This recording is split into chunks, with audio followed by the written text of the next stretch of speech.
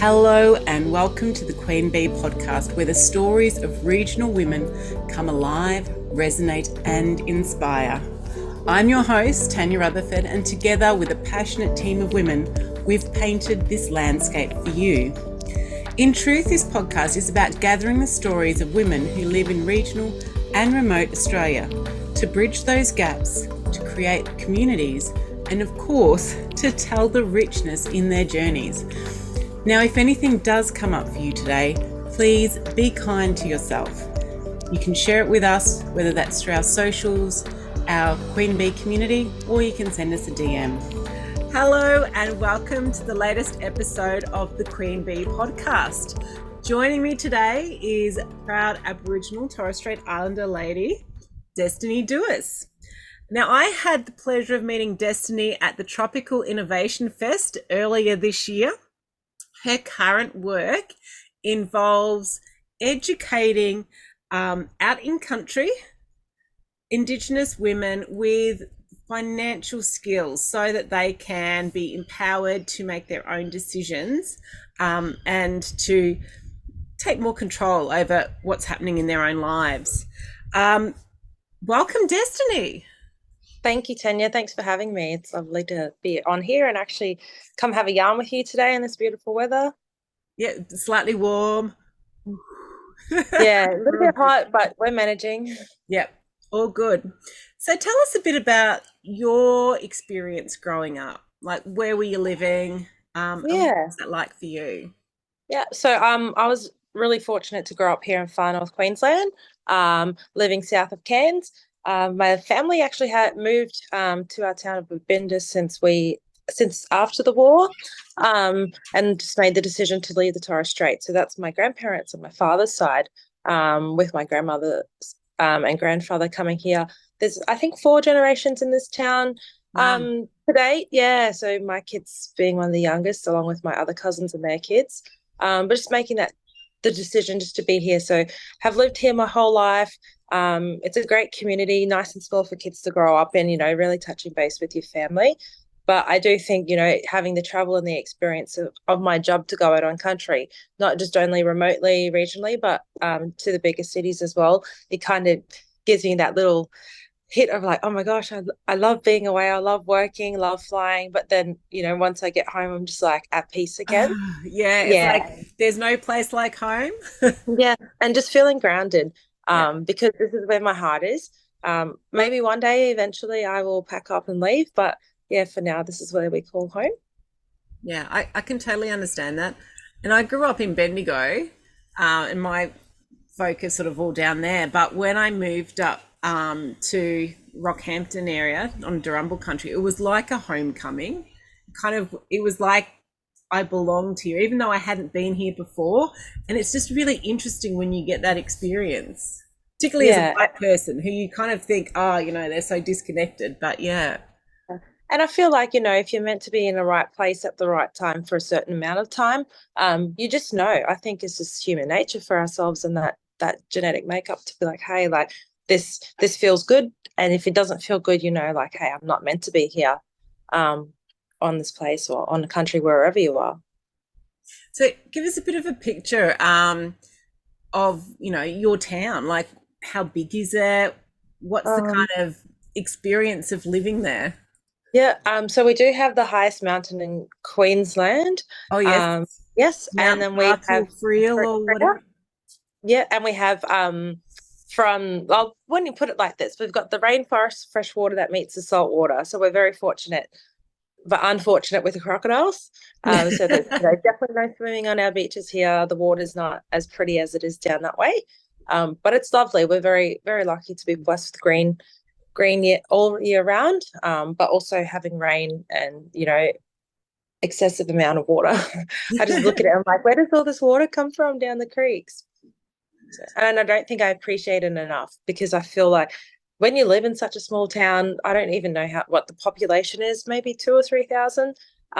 But when you live in a small town, and because I work from home full time, I find that I don't really leave my house unless I need to. And then if it's the weekends we look at going swimming, that's when we'll go around and go to our local water holes where it's not overly populated. Yeah. Yeah. Yeah. I have to admit, I'm a bit like that too. When I'm at home, Yeah, I don't want to go anywhere because this is like yeah, where I love being. our solitude. Yeah. I being at home is great. I love it. It's the best transition that I made working from home. Being able to be at home every day with my children. But being accessible for people when they need me. So if I am home, I can say, "Hey, come over for a cup of tea," especially if I'm not seeing people all the time. And I say, I'm home. When I wasn't home, no one actually visited me. And now that I'm home, sorry, when I was working in an office space, Yep. everyone wanted to come over every day. And now that I'm home, I don't see anybody. I like it like that, Yeah. though. I like my peace and quiet. Yep. Cool. So tell us a bit about the work that you're doing. Yeah. So I have a couple of jobs actually. I have Mhm. my full-time role and employment at First Nations Foundation. So run for me, I do our financial literacy education, and we do that with mob around the country. But I also project lead for a resource hub, an online portal called On Country. It's for professionals working in community that can sign up as a mentor and use our culturally relevant resources. They were made by Mob and created for them to be able to be culturally, I guess, more acceptable when having yarns about money. So Yeah. all of our content that we create is available on the portal for professionals to use. Whether you're Indigenous, not Indigenous, it doesn't matter. But if you're working in community with clients, feel free to go on and check out our website, and through there you'll see what we do, and you can sign up that way. That's so cool because there's kind of just this assumption, and I don't think it matters where you are, that everyone understands it or they all essentially speak the same language. And I Mm-hmm. don't think that's really the case because we all have different experiences. Some of us have very limited experiences. Yeah, and I think it's just providing resources that are educational, but also easy to understand, Mm. but also have that artwork and meaning behind it as well. And I feel like when we present it and like how we yarn, people go, and it kind of clicks because it's as part of our organization as well. All of our project officers are First Nations, so being able to deliver something properly and culturally I guess, appropriate as well. Seems to be better in community and getting that good rapport and building those skills and relationships with everyone as well. Do you find that there's like you're working more with adults? Do you find that there's more conversations then that they're having with the younger mob? Um, it's quite funny because we have a whole wide range Yeah. of age groups. Like our training can go from high school right up till about 80 years, 90, 100 years old. It's really anyone that wants to, become more, I think, upskilled around their own personal finances with our education. But I love that now there seems to be more reach in that younger generation, especially year 10 up to year 12 school leavers, anyone going into that new career pathway, and just really having those conversations and training sessions with them, because I feel like they're the next generation, and having yarns about money is really important because a lot of us didn't do that growing up. We Yeah. didn't know how to budget. We weren't told, money was, you know, a thing. It was a bad thing to talk about because it was associated with debt or bills. So, it's really changing that deficit mindset and always having a positive mindset now around, let's not talk about always being in hardship. Look at the things that we can overcome, what we can achieve. How can we make our money work for us? And how money is important because money makes the world go round, and we need to make that money work for us. Yeah. And Yeah. do you notice when you're going back to a community, are you noticing differences within the community and the conversations after they've had these experiences? Yes, because we only provide educational tools and resources, and also our platform, which we have our online platform, which is a self-paced digital modules that they can actually do. It's valid for 12 months, and they get a certificate of completion at the end. It's called My Money Dream. So we'll go in and just have that initial conversation. We'll say the tips and hints around saving money, whether it be on subscriptions or, meal planning, pre-prepping pre-prepping your lunches. It's a tongue tie there. but so ensuring that, doesn't mean you have to cut out that coffee every day, but if you can, you're saving for something, it's little things that you can, kind of stop or go, hey, maybe I'll have one, treat myself once every second day. Subscription, instead of having every single subscription under the sun that you probably don't actually use. If I cancel, they're about $15 to $25 each now. 2 or 3 of those, you're Yep. saving $70 to $80 a month. So Yeah. just those little things that people wouldn't think of. Even withdrawing money, I know a lot of the ATMs now in community are free, depending on what bank it is. But post office as well, and Woolworths and Coles, you can get cash out without having to pay. So Yeah. just little things like that, we can have yarns. And we always love feedback from our participants is around like, what do you think would make a great resource? Is there anything that you do or any information that that we can create resources and give back to community around something you do for saving, or whether it's if you're buying, Christmas presents, this is something that you do throughout the year to budget for it and plan. So yeah, heaps of stuff, but I think it's just really touching on those key things about, humbug. That's a really important one, setting those boundaries. I'm actually looking at doing some stuff around that, and always teaching my family, like, you can only give so much of yourself, physically, emotionally, financially. Like, we Yep. need to put boundaries in place to ensure that at the end of the day, we need to make sure we're okay first, and whatever's left, we can help our mob. Yeah. So how did you get into this work? Like, what was Uh, your pathway? so previously I worked in community finance doing nils loans with Good Shepherd Australia, New Zealand.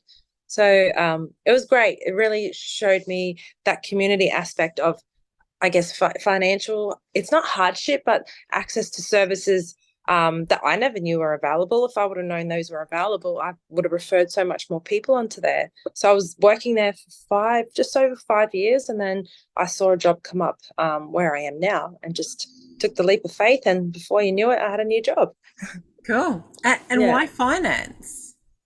I think the education part. So when going in, when I was doing the community finance, always having people come in, it's the same repetitive stories like, Yeah. oh, this is due and the bills. And I was just like, I can't really sit in that space anymore of hardship or debt. I just really wanted to go in and like, okay, how can I make a difference? All right, education. Yeah. So being able Yeah. to do the positive side of things with money, and educating people in community around it, trying to educate myself. So everything I do in my work, I try to practice that in my everyday life, and also teach my children those skills, because you can't go out unless you practice what you preach. Yep. For Yeah. sure. And I'm a big believer in that. I don't feel like I want to do something and then at the end of the day, I'm not doing that myself. So how can I tell a story when I'm actually not living it? Yeah, and I think that's it. You can only really tell your story, Mm-hmm. and then others can learn from that. If you're not living it, it doesn't feel right when people are listening. So then they're not likely to take it on. Yeah, that's right. Um, but I also work with my auntie's business as well. So I do some administration stuff for her, rolling out projects, just a bit of back end stuff. I do that. I'm very fortunate. All my work is online. I've actually just finished a contract as well with James Cook University around social enterprise in far north Queensland. So I travelled to a couple of the remote communities up there Cool. with the team, and just really had those yarns in community. Like, how can we build social enterprise off the assets and businesses that they already have established there, and planting that idea of how can social enterprise work for you in community. So, it's that circular capital and building wealth in community and capacity, rather than, starting a business and it runs out in 2 or 3 years. So we want to make sure that we can build upon that to make it long term, but it also benefits community.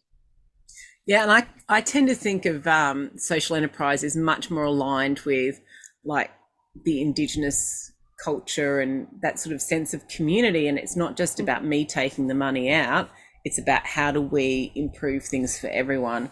And I also get some benefit for doing that work. From it. That. Yeah, 100%. Because you think about it, there's so many different aspects of social enterprise. Like I looked into it, I was like, wow, I didn't realize there's all of these areas. So I think just the basic, like you said, the basic idea of social enterprise does work well within community. I think it works well anywhere, really, Yeah. if you put your mind to it, because the money that you come in goes out and then it's just, it comes back in.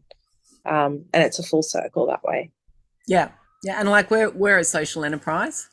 And for us, that's about really indoctrinating that our purpose is not just about us. It's about how we Yeah. can serve and support. Yeah. And, it's not all about profit and gain, especially in business. Everything you want to make sure that, with your capabilities that you are always giving back to community. And it's okay to have money. It's okay to have these big contracts, but at the end of the day, like what are you doing to give back? And Yeah. I think that's really important because we serve community. The community served us by giving us our roles, and we're very fortunate to be in that position that we are. Yeah. That's what I believe.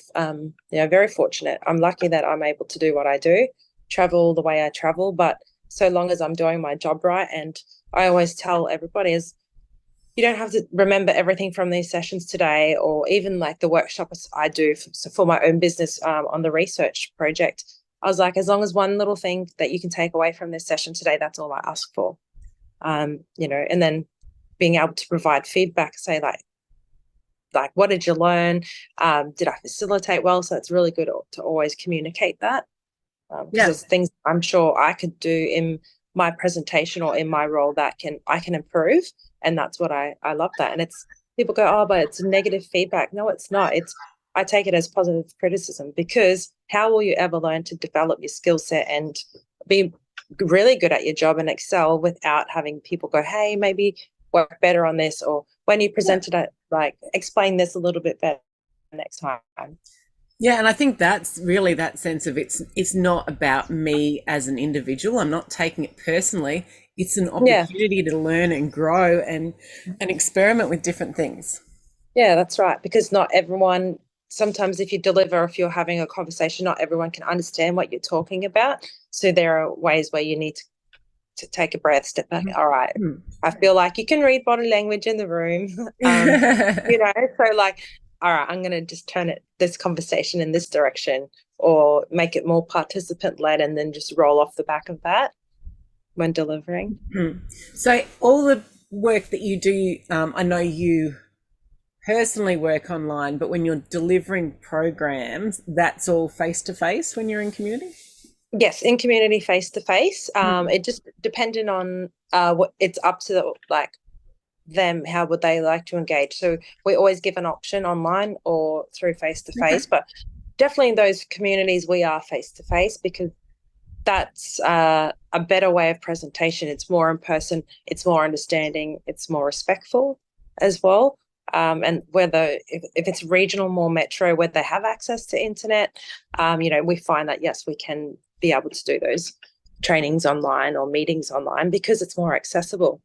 There's no issue around technology and access to it. And how do you balance the fact that you travel so much with raising a family? I just don't go anywhere. Excuse me. When I'm home, I'm home. Yeah. Like I have my friends, but sometimes I don't even see them because I feel like I just need to make sure I'm present for the kids. It's different if it's my mum, my dad, my grandparents, and my sisters. I'm always available. Aunties and uncles that are around me all the time. But I feel like my close friends, I was like, we always try to make plans, but just got to be grounded, because I feel like I don't want to be overwhelmed just because of oh my gosh, I've got a barbecue this weekend. I just won't go because my mind's not there. Like my heart is, but I just can't. I'm like, I've been away for a week. I need to be at home. So I really prioritize what's important to me at the time and space. Yeah. And how many times have you taken the kids away? This year, I think three times. Okay. I mean, it's not any far. It's usually just like the East Coast to Brisbane or Townsville. Yeah. And how did they find traveling with you and that sort of understanding of what you do and your work? They love it. They think they're like kings and queens. I was like, I feel like one thing I I love to let them have those experiences with me. They know exactly what I do for work, not only in my full-time role, but in my like other contract roles Yeah. as well. So really that project management, always like really business administration side of things. So I will always tell them when you're old enough, you're going to be working with me alongside me to be able to deliver. Yep. And that's something that we'll be doing together. Yeah, cool. It's nice because I Yeah, think it is nice. so often, like I know with my kids, they're forever going, oh, can I come with you? And I'm like, I know they're just trying to bunk off school, but Mm. but still that nice for them to understand what you're doing because that then helps them see what's possible for them as Yeah, well. yeah, exactly. And um, for them to be able to have that experience and be like, they're not there when I'm doing training. It could be school holidays, and all right, we're staying in an apartment. They're at the apartment, or we're with family. So there's Mm, always that support around when I am working. So I'm very fortunate. I know some people that travel, aren't able to do what I do without having the right support. yeah, yeah, awesome. Now, if you were talking to a young girl from your hometown who was kind of wanting to, create change for mob, make something different happen, what advice would you give her? Um, It's actually quite funny because I have these conversations with my kids' friends all the time. Not just girls, but all the boys as well. I just feel like, is this really, because I'm a young mum, I'm being able to have those conversations with my kid. We have very open, honest communication and a relationship built on trust. And Yeah, I always tell them there's one thing that would really break my heart is hiding something from me or lying and breaking that trust. Then once that trust is broken, it's hard to regain. yeah, Always having those conversations with everybody in community, the younger generation, and some of the young girls. Is just, if you want to make change, you need to make change happen, whether that's cutting the negative people out of your life, changing your behaviors, changing the habits that you have are really important, because you cannot grow as a person unless you are surrounded around like-minded people. And yeah, for myself, and that's what I've done, I've actually left. It doesn't matter if it was family, friends, any acquaintances. I had to leave those situations to go, hey, let me reflect on myself, like know my self-worth, know who I am, know where I want to go and what I want to become, so that I can model that to the younger generation. And that's the same yarns I just have with the girls. It's like, well, when you hang around these type of people, they're only going to bring you down instead of bringing you, uplifting you. They're just bringing you down and not supporting the ideas that you have around around self growth, or if it's a business idea, just anything in general. yeah, for sure. And I think that's really great advice, like even for us, that it's who you hang out with, it's the messages that you're open to, whether it's Facebook or whatever. That's what's informing your mindset. Whereas when you step away from that and you choose which way you Yeah. want to go, you need to change some of those people as well. Yeah. And I always used to think, it was like, oh, like you choose your own path and you choose your own destiny. And I was like, nah, that's just, you just take whatever comes with you. Then I was like, no, that's actually so true. If we remove ourselves from that situation, whether it's something from that negative past, and you put yourself in a different situation and a different pair of shoes, and you can see through a different lens as well. It's not rose colored glasses anymore.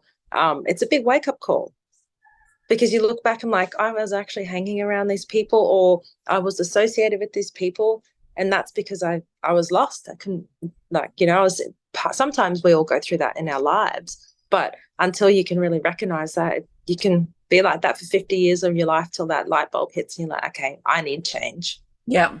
Yeah. And I'm interested, like you do a lot of travel. How do you see that changes your perspective when you come home? Appreciation for my life that I have, Yeah. appreciation to be able to be, especially a homeowner, like, people with the housing crisis and the overcrowding, or just the expense of cost of living in general. I can see where I'm at in my life compared to other people. And I always want to help other people, but that's where I think I always just have my yarns. I share my story with them. It took me a very long time to get me where I am. It didn't happen overnight. Like the last 5 years, it took a lot of self growth, a lot of, I guess, learning to respect myself, training my mind around that financial side, hustling, having 5 jobs at a time that I needed to get me by. And now I'm at a point where, I'm not rich, but I have everything I need in life. And if I need something else and something needs to be paid, I'll go and find another job. But it's all online and it's all word of mouth. So I'm very fortunate to have those people that have supported me along the way. But definitely appreciation to come back home, knowing that, I'm healthy, I'm waking up every day, I've got a job to go to, got a roof over my head, food in the fridge, running water. What more could you ask for? Yeah, and it's amazing how much of that we do take for granted when we don't see that not everyone has that. Yeah. Yeah. And I mean, obviously, depending on where you live, whether it's really remote, really regional, of course, there are going to be, disadvantages around access to services. But, that's where we try to make those connections to, network a little bit more and just give people the tools that they need to be able to think, not just for today, but for the future. Yeah. And just thinking about the conversations you're having with girls, what would be a pivotal moment in your life where you've changed path and things have changed for you? I think so my life was different 5 years ago to what it is now. I've been on my own for 5 years and I feel like that just the strength and young girls always have talks about with them is about the environment they put themselves in with relationships. It doesn't matter what kind of a relationship you're in, but if it's one of those, if there's intimacy and emotional connection, it's like learning to guard yourself because we can't, when we're young, we wear our hearts on our sleeves. We don't see things for how they truly are. And I feel like just all I always say is, there's not just always one person out there for you. You don't have to be in a situation that you are. There are ways to get out. I've been there, and then I've just made a choice to leave. And if I didn't make that choice, I don't know where I would be now. I don't think I'd be sitting here talking to you, that's for sure. I don't think I'd be traveling the country educating mob in financial literacy or education. So I think it came at a time and a place where I was just very overwhelmed. And I always like to share that story. And I would say that to my kids as well. It is really important that you have a healthy relationship with a partner, whoever it may be, and that you are respected and that you are valued. Because if you're not respected and valued and you're not an equal partnership, it's not worth, people will never change unless they want to change themselves. Yes. So I feel change them. Yeah.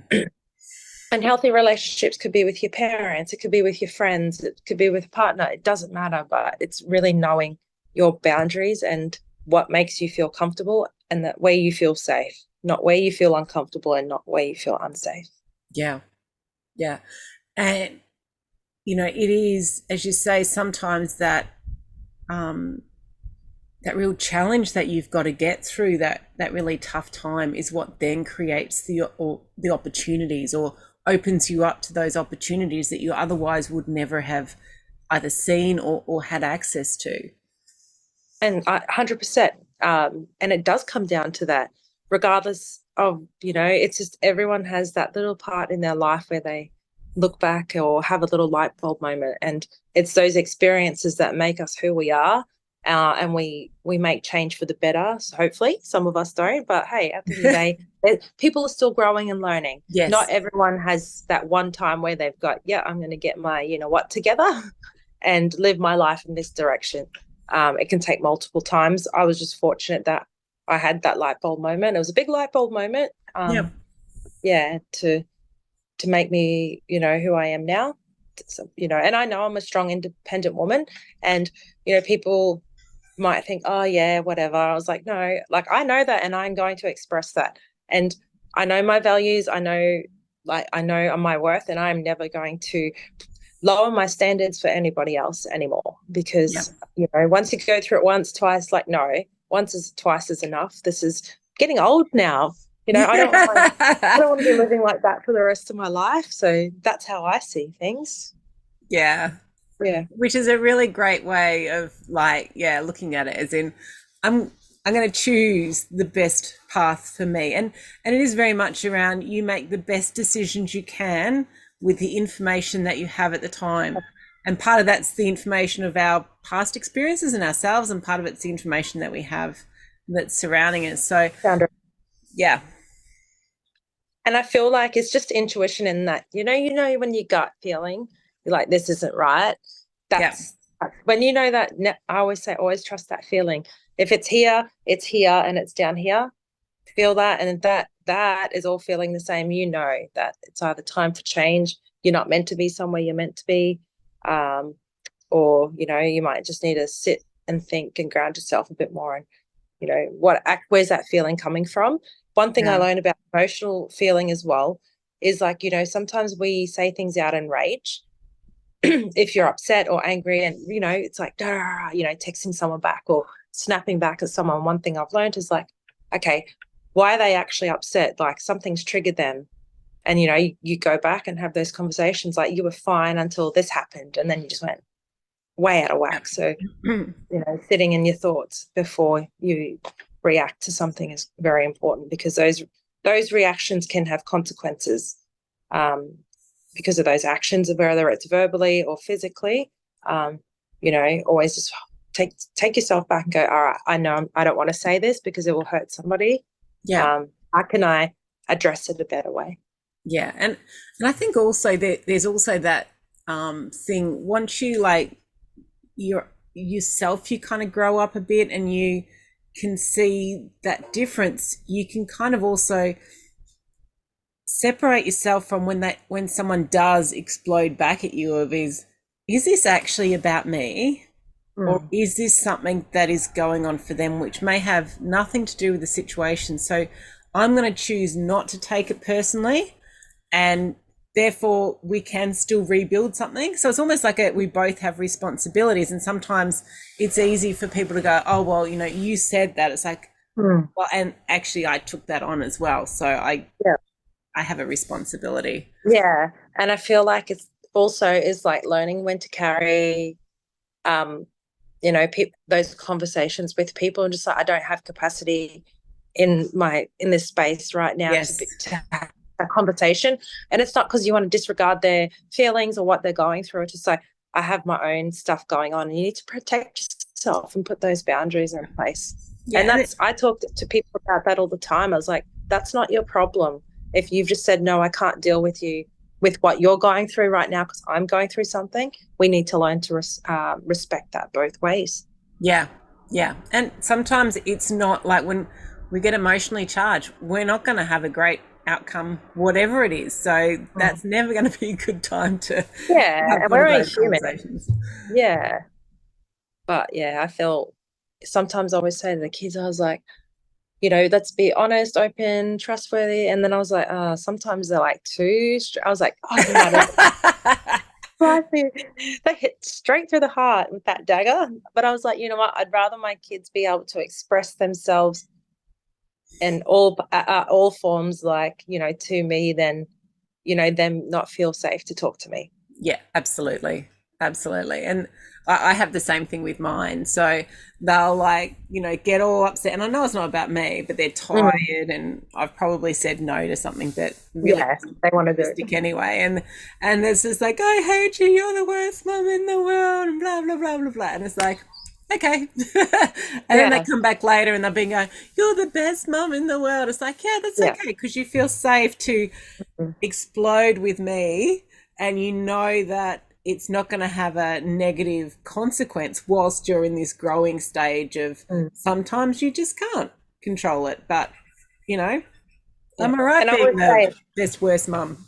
Yeah, but we were kids once, and we need to remember that those emotional, like if you go through, into a young girl going into womanhood, or a young boy going into manhood, you're growing, your emotions are different. Like, you're learning, and that's where we step in and we just model that and let them express themselves, because that's what they need to do. And we probably did that to our parents. And it annoys me when people go, "Oh, I didn't do that as a kid." I'm like, yes, you did. So don't try and make out your kids are like, misbehaving or whatever. I was like, they're kids. Let the kids be kids. Let them kids express themselves, because they will be better communicators as adults if they can learn to do that from a younger age. Yeah. Yeah. And they sort it out in a safe space. So they're not doing it in unsafe spaces where it's going to have negative consequences. Yeah. Yeah. Yeah. But, and it's interesting. Like, I was listening a few weeks back, when you go through puberty, like 90% of your logical brain shuts down. So you do just become this emotional, seething thing again, which you can kind of see. And it's like, well, so if, scientifically we know that's the case, then why are we punishing people punishing kids as if they're like fully functioning adults when we know they're not going to be? They're not. No, that's right. Yeah. Their maturity level is not nowhere near like ours. The way they think is nowhere near the way we think. Unless you're, and that's why I say to kids, like, you'll think differently from me, but I said, as a parent or whatever, like, this is how we would view it, but you see it differently. So we can agree to disagree right now. Yeah. Yeah. Which is great, because you're giving them the other perspective as well. Yeah. Like, kind of, it's not always I'm right, you're wrong. Yeah. Like, you're entitled to, your voice and, how you think, and whatever you think is okay. Well, that's just, you do you. Yeah. Yeah. Cool. Is there anything else you want to chat about we haven't, or anything that you'd like to share that you think's important while we're here? I think just for myself is, like, always believe in yourself. For me, I always felt like no one believed in me. So that's why I was so driven to do what I need to do for myself to get myself where I am today. But when I think about it, I had my little support group, I had my little silent cheerleaders, and then people actually observing from an outside, and then to hear 5 years later, like, look where you are, like, look at the amazing things you're doing for work, like, look at your business flourishing. I have contracts coming which right and left, and it's like, no, I choose what I take to do as contracts. I just don't take it because I need to. So being able to have that flexibility to do work on the side that I want to do, that I enjoy and that I'm passionate about, especially with community work, I love it. Yeah. No, that's awesome. And it's something that you obviously have a real gift for, because I can hear it in your voice with the passion and everything. So thank you very much. Oops, hang on. I dropped my piece of paper. I nearly introduced the wrong person, and that would have been pretty embarrassing. So thank you so much, Destiny. We've been yarning today with Destiny Dewis, a proud Aboriginal, Torres Strait and South Sea Islander woman with a successful career spanning several decades, although you wouldn't know it because she looks so young. I'm sure she's about 30. A little bit older. A little bit, not much though, not much. She's a passionate advocate for empowering the next generation of First Nations people, and she believes in the importance of early education as a way of developing better career pathways. She's inspired to help young First Nations women create better lives for themselves, and she role models this, as we've seen today, in her personal and professional life. And it's been really inspiring having a chat with you today, Destiny. Thank you. Thanks, Tanya. I've really enjoyed it. The Queen Bee podcast delves into the heart of regional women's experiences, their aspirations, challenges, and journeys. It's a platform that celebrates their individuality, their resilience, and their ambition. These tales of reinvention, adaptation, inspiration, and the power of connections.